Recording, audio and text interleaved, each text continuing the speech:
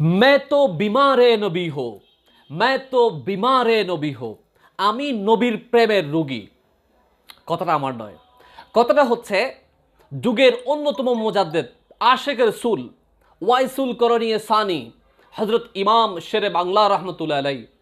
তিনি সব সময় এ কথাটা বলতেন, मैं तो बीमारे নবী হো।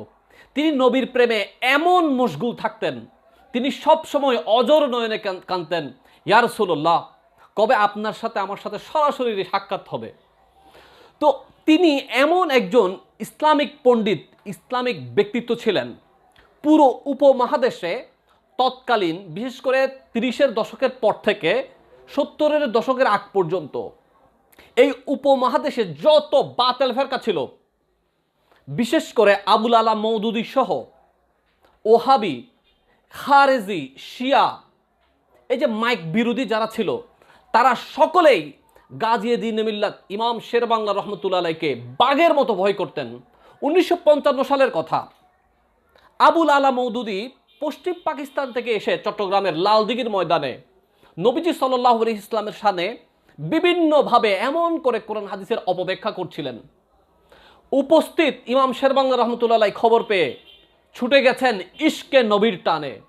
তিনি উপস্থিত আবুল আলা মওদুদিকে হাজারো মানুষের সামনে দাঁত ভাঙ্গা, কোরআন হাদিস থেকে দাঁত ভাঙ্গা প্রত্যেকটা বিষয়ের সঠিক জবাব যখন দিয়েছেন, উপস্থিত জনতা সাথে সাথে ডিসাইড করেছেন নিঃসন্দেহে আজিজুল হক ইমাম শেরবাংলা রহমতুল্লাহ আলাই যে দলিল দিয়েছেন এটাই সঠিক।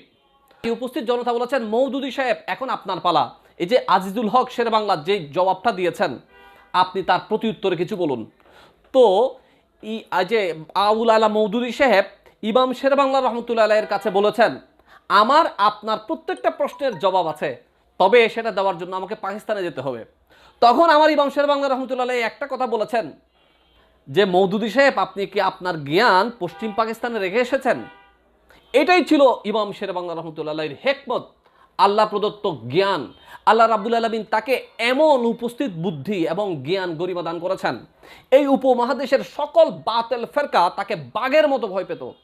তার জীবদ্দশায় তিনি যে মোনাজারাগুলো করেছিলেন, এগুলো ছিল একটার থেকে একটা চমৎকার, এবং ওনার উপস্থিত জ্ঞান, তীক্ষ্ণ বুদ্ধি এবং আল্লাহ প্রদত্ত এলমে লাদুনি ওনাকে সব সময় বিজয়ী ঘোষণা করেছে।